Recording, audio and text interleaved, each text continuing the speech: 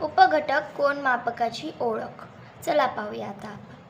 कृती क्रमांक 1 आपण पाहूयात. खालील चित्राचे निरीक्षण करून प्रश्नांची उत्तरे दे. म्हणजे आपल्याला इथे एका चित्र दिले आहे, त्या चित्राचे निरीक्षण करायचे आहे आणि खाली दिलेल्या प्रश्नांची उत्तरे सोडवायची आहेत. तर पहिला प्रश्न आपण वाचूयात. काय आहे? या गणितीय साधनाचे नाव काय आहे? तर आपल्याला इथे काय विचारलेले आहे, आपल्याला हे जे चित्र दिले आहे ह्या चित्राचे म्हणजे जे गणितीय साधन आहे, या गणितीय साधनाचे नाव काय आहे असे आपल्याला इथे विचारलेले आहे. तर नाव काय आहे ते आपण पाहूयात. त्याच्या आधी आपण सर्व कंपास बॉक्समधील सर्व गोष्टी पाहूयात. त्याला काय म्हणतात, इंग्लिशमधून काय म्हणतात हे सर्व पाहूयात आणि त्यानंतर आपण ह्या प्रश्नाची उत्तर आपल्याला आपोआपच मिळेल. तर चला सर्वात आधी आपण कंपास बॉक्स घेऊयात. ह्या पूर्ण जो बॉक्स असतो त्याला कंपास बॉक्स किंवा geometry instrument box, geometry box असं म्हणतात. त्याला नुसता कंपास म्हणत नाही, त्याला कंपास बॉक्स म्हणतात. ते हा जो उघडला याच्यामध्ये हे जे असते वर्तुळ काढण्यासाठी, गोल काढण्यासाठी जे साधन असते त्याला इंग्लिशमधून कंपास म्हणतात आणि मराठीतून ह्याला कंपासच म्हणतात. ह्याला कंपास म्हणतात. ह्या पूर्ण कंपास बॉक्सला कंपास म्हणत नाहीत, तर ह्याला कंपास म्हणतात. आपण या बॉक्सला कंपास म्हणतो पण ते आपण चुकीचं म्हणतो, ह्याला कंपास म्हणायचे असते. तर हे झालं कंपास. याच्यानंतर हे जे असते याला कर्कटक म्हणतात मराठीतून आणि ह्याला इंग्लिशमधून डिवायडर असे म्हणतात. ह्याचे काम काय असते तर दोन रेषेमधील अंतर मोजायचे आणि ते तेवढेच दुसऱ्या ठिकाणी काढायचे किंवा तेवढेच आहे का दुसरे समान आहे का हे पाहण्यासाठी याचे आपण काम करतो. म्हणून याला इंग्लिशमध्ये डिवायडर म्हणतात आणि मराठीतून कर्कटक म्हणतात. तर ह्याच्यानंतर ही पेन्सिल आहे, हे खोडरबर आहे आणि हे शार्पनर आहे. हे तर आपल्याला माहिती आहे, हे नाही पाहिजे. हे जे असते त्याला आपण रुलर म्हणतात इंग्लिशमधून किंवा इंग्लिशमधून त्याला स्केलसुद्धा म्हणतात आणि मराठीतून ह्याला मोजपट्टी किंवा पट्टी म्हणतात. तर ह्याच्यानंतर हे जे दोन असतात त्याला मराठीतून या दोन्हींना गुण्या म्हणतात. ते कर्ण मोजण्यासाठी किंवा काढण्यासाठी वापरायला आहेत आणि ह्याला इंग्लिशमधून सेट स्क्वेअर असे म्हणतात आणि मराठीतून या दोन्हींना गुण्या म्हणतात. तर आता आपण मेन मुद्द्याकडे येऊयात. ह्याला काय म्हणतात तर ह्याला इंग्लिशमधून प्रोटेक्टर म्हणतात आणि मराठीतून कोनमापक म्हणतात. आणि याचे काम काय असते त्याच्या नावातच आहे कोनमापक, म्हणजेच कोन मोजण्यासाठी वापरले जाणारे साधन आहे, म्हणजेच की कोनमापक. तर ह्याला काय म्हणतात त्याला कोनमापक म्हणतात, इंग्लिशमधून ह्याला प्रोटेक्टर म्हणतात. आणि ह्याचे काम काय असते तर ह्याचे काम असते कोन मोजण्याचे. कोणत्याही कोपऱ्यातील कोन मोजण्यासाठी आपण याचा उपयोग करतो, म्हणून याला कोनमापक असे म्हणतात. तर चला अशा प्रकारे आपण पूर्ण कंपास बॉक्सची माहिती घेतलेली आहे. आता आपण आपल्याला ज्या प्रश्नांची उत्तरे सोडवायची होती ते प्रश्नांची उत्तरे आपल्याला मिळालीच असतील, त्यामुळे आता आपण प्रश्न सोडवूया.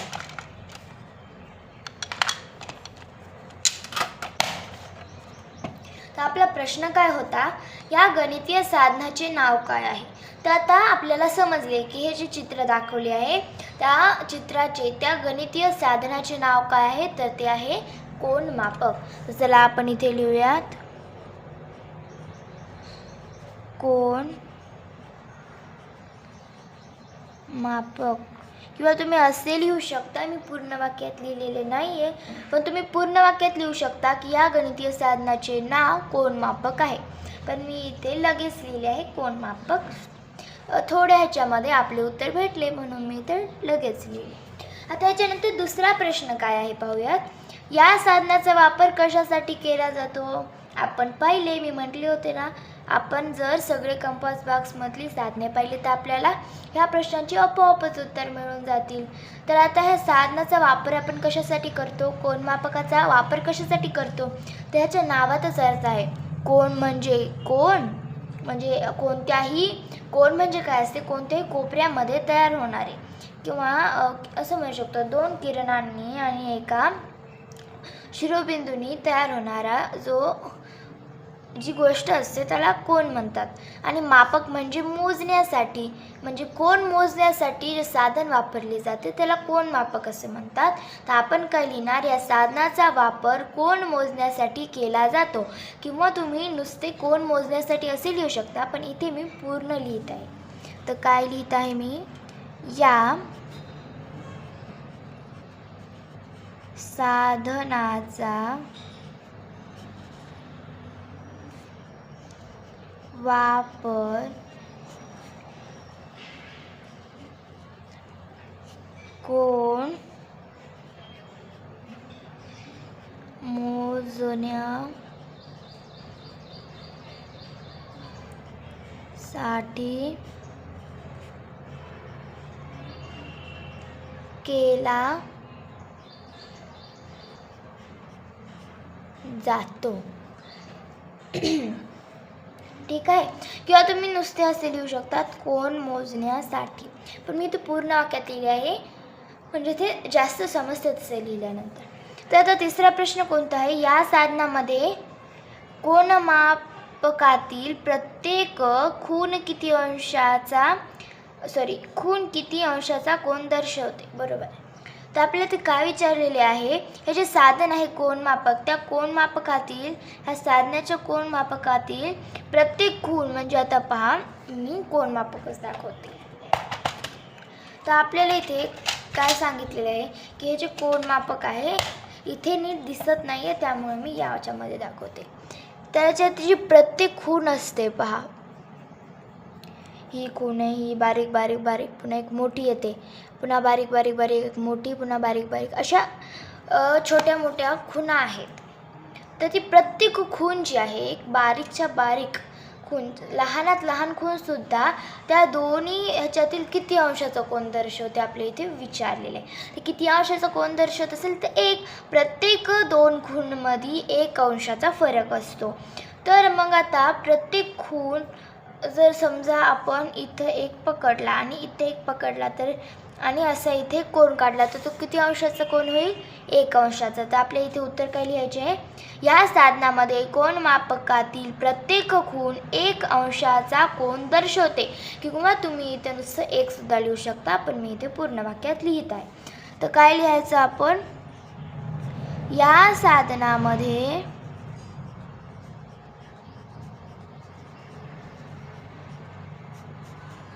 कोनमापकातील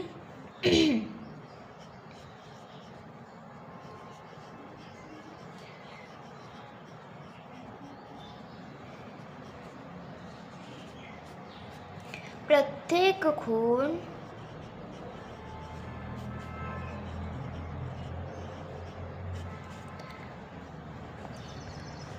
इथे लिहायची. मग 1 किंवा तुम्ही आकडा सुद्धा काढू शकता, इथे संख्या सुद्धा लिहू शकता, पण मी ते असे लिहिले 1 अंशाचा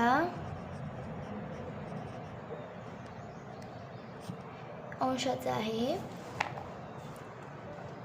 आता इथे जागा नाही परत, मग खाली लिहिते मी कोन दर्शवते. बरोबर आहे. तर आता आपल्याला समजले, हे प्रश्न सोडवल्यानंतर आपल्याला काय समजले बरं? तर आपल्याला हे समजले की प्रत्येक 2 त्या तिथे लिहिलेल्या प्रत्येक 2 खुणीच्या किंवा रेषेच्या मध्ये किती अंशाचा फरक असतो? ते 1 अंशाचा, आणि आपण 1 अंशाचा कोन तिथे काढू शकतो. त्याच्यानंतरचा प्रश्न आहे चौथा, काय आहे पाहूयात. या साधनामुळे लहानात लहान किती अंशाचा कोन मोजता येईल बरं? आता ह्या साधनामध्ये लहानात लहान किती अंशाचा कोन मोजता येईल? तर आता लहानात लहान म्हटलं तर आता आपण पाहूयात. समजा ही एक रेष आहे, दिसत आहे. ही एक रेष आहे, ही वाली, आणि याच्या बाजूची ही रेष आहे. ह्या दोन्हीमध्ये जर कोन असेल तर हा सर्वात छोटा झाला ह्या कोनमापकावर दिलेल्यापैकी. कारण की प्रत्येक म्हणजे लहानात लहान कोन जर बघायला गेलं ह्या कोनमापकामध्ये तर किती अंशाचा होतो? 1 अंशाचा. तर मग मोजता किती अंशाचा? 1च अंशाचा. तर मग याचे उत्तर काय ना 1 अंश. मग तुम्ही इथे डायरेक्ट लिहू शकता किंवा पूर्ण वाक्यात लिहू शकता. इथे मात्र मी लगेच लिहित आहे उत्तर, पूर्ण वाक्यात लिहिणार नाही. पण तुम्ही असे लिहू शकता, या साधनामुळे लहानात लहान 1 अंशाचा कोन मोजता येईल असे आपण लिहू शकतो. पण मी इथे लगेच लिहित आहे 1 अंशाचा. 1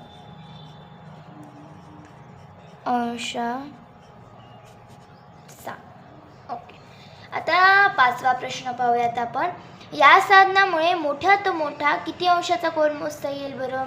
ह्या साधनामध्ये मोठ्यात मोठा किती अंशाचा कोन मोजता येईल असे आपले इथे विचारले, बरोबर. आता मला एक सांगा, इथे मोठ्यात मोठी संख्या कोणती दिसत आहे? पहा, सगळ्यात मोठी संख्या इकडून 180, इकडून 180 दिसत आहे, बरोबर.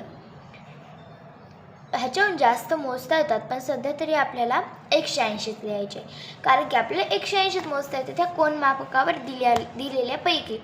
तर आता 180चा कोन कसा असतो तुम्हाला माहिती आहे. 180चा कोन असा सरळ असतो, बरोबर. तर हा जो असतो तो 180चा कोन असतो आणि तो सर्वात मोठा असतो कोनमापकावर मोजण्यासाठी किंवा काढण्यासाठी. तर इथे काय लिहिणार आहे मी 180. इथे मी अंकात लिहिते, तुम्ही पूर्ण वाक्यात आणि अक्षरात सुद्धा लिहू शकता, पण मी इथे अंकात लिहिते, मोठी संख्या आहे त्यामुळे. या साधना तुम्ही इथे कसे लिहू शकता, या साधनामुळे मोठ्यात मोठा 100 कितीच्या जागेला 180 अंशाचा कोन मोजता येईल. पण मी इथे लगेच उत्तर लिहित आहे 180 अंशाचा. किंवा तुम्ही जर लगेच लिहिणार असाल तर इथे असे काढू शकता अंशाचे चिन्ह आणि चा झालं काय ते चा पाहिजे होतं. हां ठीक आहे, आता अंशाचा पाहिजे होतं, चा झालं चुकून. तर इथे काय करू शकतो मी 180 अंशा आणि पुढे चा लिहिलं तरी चालते. तर आता आपण एकदम शेवटचा आणि 6वा प्रश्न पाहूयात. कोनमापक ज्या वर्तुळाचा निम्मा भाग असतो त्या वर्तुळाच्या व्यासाला कोनमापकाची डॅश डॅश म्हणतात. हा खूप भारी प्रश्न आहे, पण याचे उत्तर आपण आता पाहणार आहोत. तर आपल्या इथे काय सांगितलेलं आहे की कोनमापक काय. आता समजा हे कोनमापक आहे आणि ते वर्तुळाचा निम्मा भाग आहे, बरोबर ना. अर्धवर्तुळ आहे, पूर्ण वर्तुळ थोडी आहे. आता याचा जो निम्मा भाग असतो, कोनमापक ज्या वर्तुळाचा निम्मा भाग असतो त्या वर्तुळाच्या व्यासाला कोनमापकाचे नाव. वर्तुळाची व्यास म्हणजे आता ही असणार, बरोबर. ही ह्याच्यातून जाते त्यामुळे, बरोबर ना.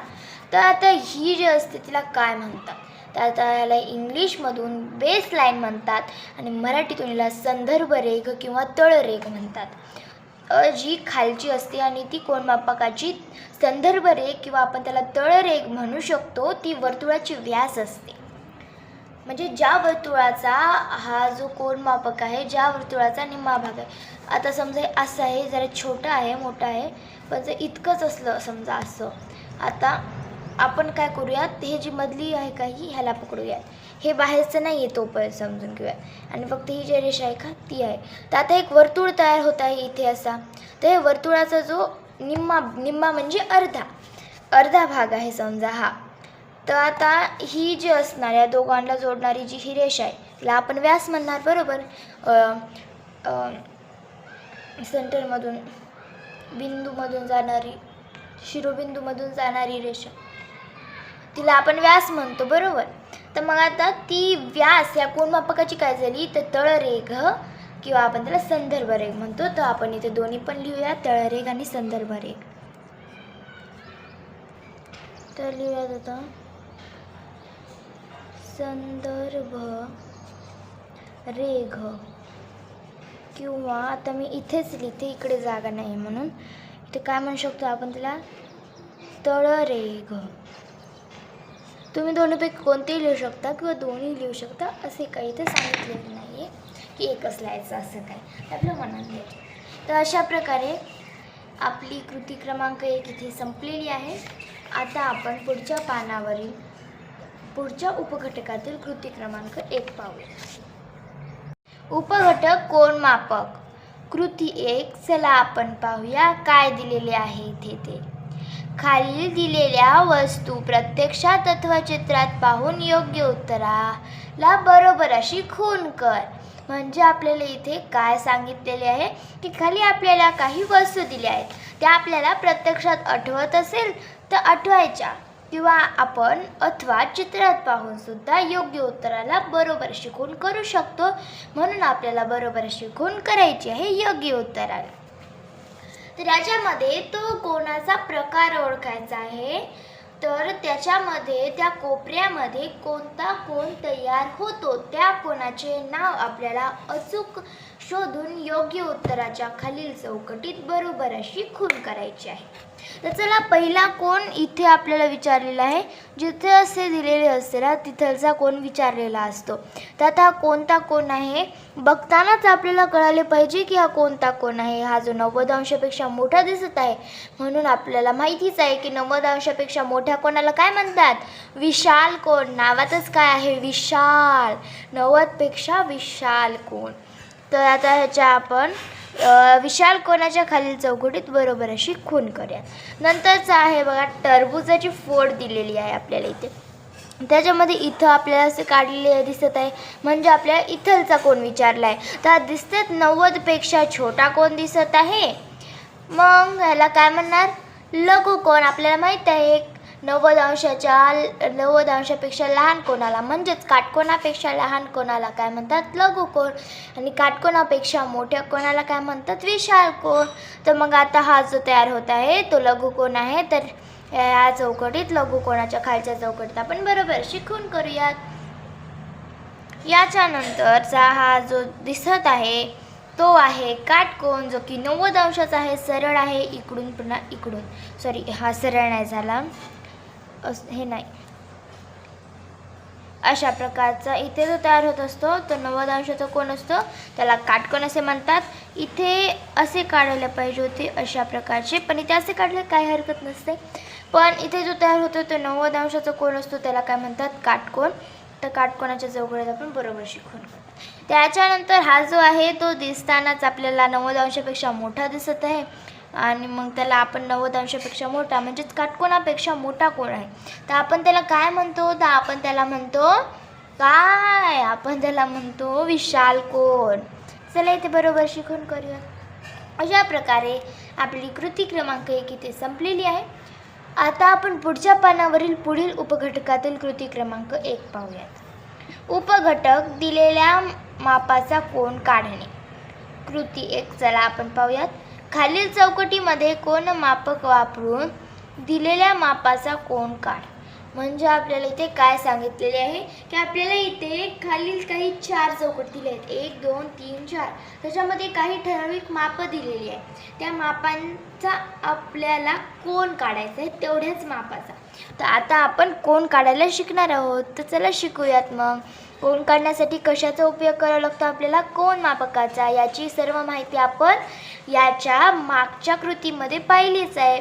तर मग आता आपण कोन कसं काढायचं ते पाहूयात. तो कोन काढण्यासाठी सर्वात आधी आपल्याला खालची रेषा काढून घ्यायची असते. ही जरा चुकीची झाली, काही हरकत नाही. आता खालची रेषा काढल्यानंतर त्या रेषेचा हा जो बिंदू असतो याला शिरोबिंदू म्हणतात. तर या शिरोबिंदूच्या बरोबर इथे आणि ही जी रेषा आहे ना ती अशी ही वाली या रेषेला बरोबर असं जुळलं पाहिजे आणि याच्यावर ह्या शिरोबिंदूवर आलं पाहिजे. आता आपल्याला इथे कितीचा काढायला सांगितलेला आहे, 137चा. तर आता 137 आधी कुठे आहे ते पाहावं लागते आपल्याला. याच्यासाठी ते 100 आधी याला बरोबर घ्यायची, घेतली. आता बरोबर झाले पहा. आता 137 कुठे असेल, 30 इथे 30 आहेत, इथे 135. मग याच्या 2 पुढे 135 A 2 म्हणजे हा जो आहे तो इथे आहे. आता इथे आपल्याला एक छोटासा टिंब काढून मार्क म्हणजेच खून करून घ्यायचे आहे. तर आता इथे मग आता काय करायचे, ह्याला बरोबर जुळेल असा मार्क केला आहे आणि मग इथे असं केले की म्हणजे इथे सुद्धा हे जुळायला पाहिजे आणि इथे पण त्याच्या असं बरोबर आले पाहिजे, तेव्हा आपण कोण काढू शकतो. तर अशा प्रकारे आता आपण ह्याचा कोण काढलेला आहे. थोडा मागं पुढे झाला आहे माझा, काही होत नसते, पण तुम्ही बरोबर काढा. तर आता हा जो इथे असं काढायचे आणि इथे लिहायचे कितीचा आहे 137 अंश. त्याच्यानंतरचा 32 अंशाचा कोण आहे. तर सर्वात आधी आपण खाली एक अशी रेघ काढून घेऊयात. आता रेघ काढल्यानंतर याचा बिंदू कुठे आहे, हा आहे. तर मग इथे बरोबर ठेवूयात. बरोबर ठेवले की आपल्याला 32 अंशाचा काढायचा आहे. तर 3 आणि याच्या पुढे 2 म्हणजे 1 आणि 2 म्हणजे इथे, अशा प्रकारे. मग आता इथून इथं असं बरोबर येईल असं काढायचं, म्हणजेच ठेवायचं. इथून इथपर्यंत काढायची आवश्यकता नाही, आपण अर्ध्यातून काढू शकतो, पण इथे बरोबर आले पाहिजे. तर इथे बरोबर आले, पहा इथे आणि इथे बरोबर एका रेषेमध्ये आले. तर मग सॉरी चुकले थोडे, डबल हलू द्यायचे नाही, हल्ल्यावर माप चुकते. तर आता अशा प्रकारे ओढली. तर आता याच्यामध्ये जो तयार झाला तो 32 अंशाचा. तर त्याच्यानंतरचा 170 अंशाचा. तर जरा काढूयात. आधी आपण एक रेघ काढूयात. काढली. मग आता याचा बिंदू काढूयात. बिंदू नाही काढला तरी चालतो, पण समजण्यासाठी मी सांगत आहे काढायला, आणि मी काढत सुद्धा आहे. तर आता बिंदू असे केले. आता 170 कुठे आहे ते सोपे होते, कारण की डायरेक्ट आपल्याला इथे सांगितले होते. नाहीतर आपल्याला मग कसं सांगत होते की 31, 32 असं 37, पण तसं नाही सांगितलं आपल्याला इथे, अशा प्रकारे. तर हा झाला 170चा बरोबर झाला आता इथे. तर थांबा हो, नाही बरोबर आहे, थोडा लांब काढते. इथे जरा जास्तच थांबा, सरळ दिसत आहे ना हे, त्यामुळे पुन्हा एकदा मोजते मी. हे जरा जास्त सरळ दिसत आहे ना, त्याच्यामुळे जरा मला वाटले चुकले काही. आता आपण नीट पाहणार आहोत बरं. इथे थोडंफार चुकत असते, असे काही नाही.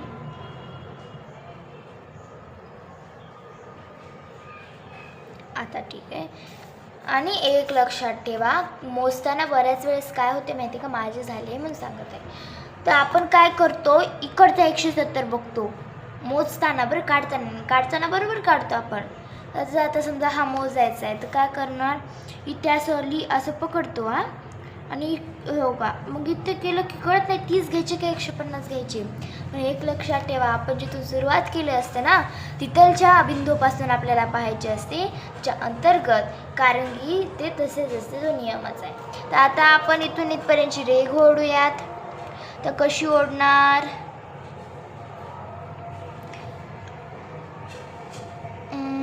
अशा प्रकारची. ठीक आहे, म्हणजे इथं सरळ सारखीच येणार ना, ती 170 180ला तर सरळच येतं. मग 170 अंशाचा आणि शेवटचा जो आहे तो आहे 90 अंशाचा. हा सगळ्यात सोपा आहे, सरळ ओढायचे असते, पण तरी आपण मोजूनच काढूयात. तर आता ओढली. तर आता इथे आधी आपण बरोबर घेऊयात. घेतले. इथे बिंदू नाही काढला बरं का मी, गरज नव्हती म्हणून, गरज नसतेच, फक्त समजण्यासाठी. तर आता आपण इथे माप घेतले, तर इथून इथे आता बरोबर पकडायचे आणि काढायचा. त्याच्यामधला जो कोण तयार झाला तो कोणता असेल, तर तो असेल 90 डिग्री 90 अंशाचा. अशा प्रकारे आपली कृती क्रमांक 1 इथे संपलेली आहे. आता आपण पुढच्या उपघटकातील कृती क्रमांक 1 पाहूयात. उपघटक कोणाचे प्रकार, यातील आता आपण कृती क्रमांक 1 पाहूयात. कृती 1, घड्याळाच्या दाखवलेल्या पिवळ्या रंगाने दर्शविलेल्या कोणाचा प्रकार ओळख. म्हणजे आपल्याला इथे खाली काही घड्याळ दिले आहेत, त्यामध्ये मिनिट काटा आणि तास काटा यांच्यामध्ये कोण तयार होत आहेत आणि ते कोण आपल्याला पिवळ्या रंगाने दर्शवलेले दिसत आहेत. आणि जेवढा पिवळ्या रंगाने भाग दर्शवलेला दिसत आहे त्यामध्ये कोणता ना कोणता कोण तयार होत आहे आणि तो कोण कोणता आहे तेच आपल्याला ओळखून खाली लिहायचे आहे. तर चला मग लिहूयात. दर्शवलेले काय आहे ते पाहूयात आणि सोडवूयात. तर पहिल्यांदा पहा, आपल्याला इथे 5 वाजलेले दाखवलेले आहेत. इथे या घड्याळामध्ये रोमन संख्या चिन्हामध्ये अंक दाखवलेले आहेत. तरी आपल्याला समजते की किती वाजले आहेत, कारण की आपण रोमन संख्या चिन्हे पाहिलेली आहेत. तर इथे आपल्याला 5 वाजलेले दिसत आहेत. व्ही म्हणजेच 5 आणि 12 वर आहे मिनिट काटा, तास काटा 5 वर आहे, व्ही वर आहे म्हणजे 5 o'clock. म्हणजेच त्याला मराठीतून करेक्ट 5 म्हणजे बरोबर 5 वाजले. तर 5 वाजून 0 मिनटं म्हणजे 5 वाजलेले आहेत. आता याच्यामध्ये कोणता कोण तयार होत आहे बरं? इथे दिसत आहे कोणता कोण? विशाल कोण 90पेक्षा मोठा आहे आणि 180पेक्षा लहान आहे. तर हा कोणता कोण असणार? तर हा आहे विशाल कोण. तर इथे लिहूयात आपण विशाल कोण. विशाल कोण. तर याच्यानंतर किती वाजलेले आहेत? डबल आहे म्हणजेच 2. 12 वर आहे मिनिट काटा, मग किती वाजले आहेत? बरोबर 2 वाजलेले आहेत. आता दिसताच इथे लघुकोण दिसत आहेत. 90 अंशापेक्षा छोटा म्हणजेच काटकोनापेक्षा छोटा आणि 0 अंशापेक्षा मोठा कोण आहे हा. तर याला काय म्हणतात? तर लघुकोण. ते इथे चला लिहूयात आपण लघुकोण. अशा प्रकारे याच्यानंतर हा बरोबर काटकोन आहे, 90 अंशाचा कोण आहे. 3 वाजलेले आहेत इथे. तर हा जो आहे तो 90 अंशाचा काटकोन आहे. तर चला लिहूयात काटकोन.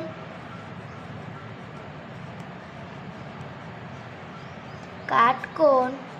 अशा प्रकारे आपली कृती क्रमांक 1 इथे संपलेली आहे. आता आपण पुढच्या पानावरील कृती क्रमांक 2 पाहूयात.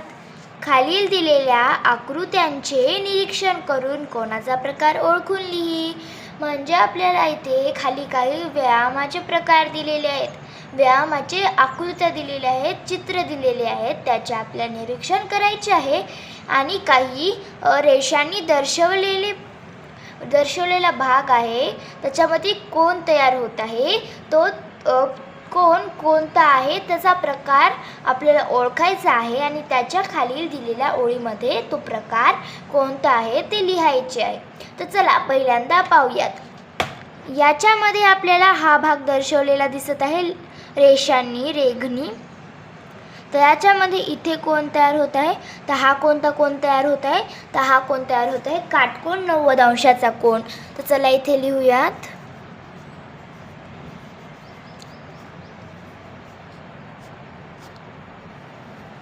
काटकोन. याच्यानंतर इथे पहा, इथे कोणता कोण तयार होत आहे? दिसतात 90 अंशापेक्षा मोठा आहे म्हणजेच काटकोनापेक्षा मोठा आहे आणि काटकोनापेक्षा मोठ्या कोणाला काय म्हणतो आपण? विशाल कोण. इथे तयार होत आहे विशाल कोण. तर चला लिहूयात मग विशाल कोण. नावातच काय आहे? विशाल आहे ना, तो मोठा आहे, विशाल आहे, विशाल कोण. बरोबर. याच्यानंतर आता इथे आपल्याला कोण विचारलेलं आहे? तर याच्या इथे कोण तयार होत आहे? हा पण विशाल कोणच आहे. 90 अंशापेक्षा काटकोनापेक्षा मोठा कोण आहे. तर चला मग इथे काय लिहिणार आपण?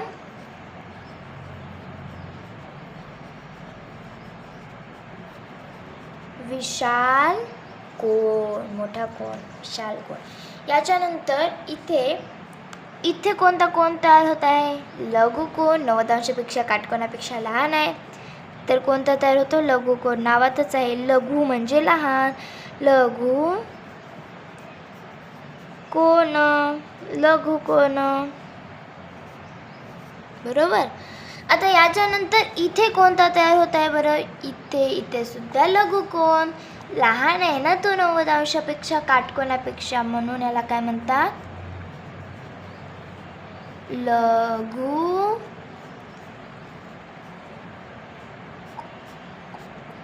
कोन. तर अशा प्रकारे आपण सांगितल्याप्रमाणे ते कृती केलेली आहे आणि आपली कृती क्रमांक 2 संपलेली आहे. आता आपण त्याच्या खाली दिलेली कृती क्रमांक 3 पाहणार आहोत. तर चला पाहूयात. कृती 3. पुढील तक्ता पूर्ण कर. कोणाच्या मापावरून कोणाचा प्रकार लिही. म्हणजे पहा, आता आपल्याला इथे चित्र नाही, कोणाचे चित्र नाही, पण माप दिलेले आहे आणि मापावरून आपल्याला ओळखायचं आहे त्याचं की तो कोण कोणत्या प्रकाराचा आहे, त्याचा कोणाचा प्रकार कोणता आहे, काटकोन आहे, लघुकोन आहे का विशाल कोन आहे. चला आणि मग ओळखूयात. तर पहिलं जे माप आहे कोणाचं ते आहे 170. तर पहा, हे 170 माप आहे ते 90 अंशापेक्षा मोठं आहे आणि 90 अंशापेक्षा मोठं आहे, पण फक्त 90 अंशापेक्षा मोठं होऊन चालत नाही विशाल कोन व्हायला. आपण लगेच म्हणू शकत नाही ना की तो विशाल कोनच आहे म्हणून. पण तो 180 पेक्षा जर लहान असेल तर तो विशाल कोन आहे, बरोबर. म्हणजे हा जो आहे तो 180 पेक्षा लहान आहे आणि 90 पेक्षा मोठा आहे, मग हा विशाल कोन आहे. तर चला मग लिहूयात. पण जर 180 पेक्षा मोठा असेल तर तो विशाल कोन नाही बरं का, तो मग प्रविशाल कोन असतो. 180चा सरळ कोन असतो, ते आपण पुढे पाहणार आहोत पुढच्या इयत्तेमध्ये. आता आपल्याला फक्त कोणता कोन पाहिजे आहेत? लघुकोन, विशाल कोन, काटकोन. तर हा जो आहे तो आहे विशाल कोन. 90 पेक्षा मोठा, 180 पेक्षा छोटा, अंशापेक्षा, बरं नुसतं नाही, विशाल कोन. विशाल कोन. तर आता याच्यानंतर हा 90 अंशाचा आहे. आपल्याला माहिती आहे 90 अंशाला काय म्हणतात? 90 अंशाच्या कोणाला? काटकोन. तर चला लिहूयात मग.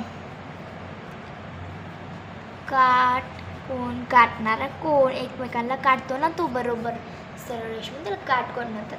त्याच्यानंतर 25 अंशाचा हा 0 अंशापेक्षा मोठा आहे आणि 90 अंशापेक्षा छोटा माप असणारा कोण आहे, त्याला काय म्हणतात? लघुकोन. चला लिहूयात मग. लघुकोन.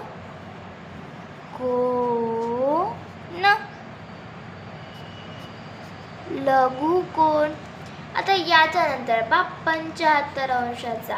तर 75 अंश 90 अंशापेक्षा लहान की मोठे हे तुम्हीच सांगा. लहान आहेत की मोठे? बरोबर, कळाले काय? मोठे नाही, लहान आहेत. 90 अंशापेक्षा 75 अंश लहान आहेत, बरोबर, आणि 0पेक्षा मोठे आहेत 0 अंशापेक्षा. तर मग हा कोणता कोन? लघुकोन. चला लिहूयात मग. लघु कोन, बरोबर. तर आता मग याच्यानंतर पाहूयात 110 अंश. हा मोठा की छोटा बरं 90 पेक्षा? तुम्ही सांगा. बरोबर, 90 पेक्षा मोठा ना. 190 अंशापेक्षा 110 अंश मोठाच आहे आणि 180 अंशापेक्षा 110 लहान आहे. म्हणजे हा कोणता आहे? विशाल कोन.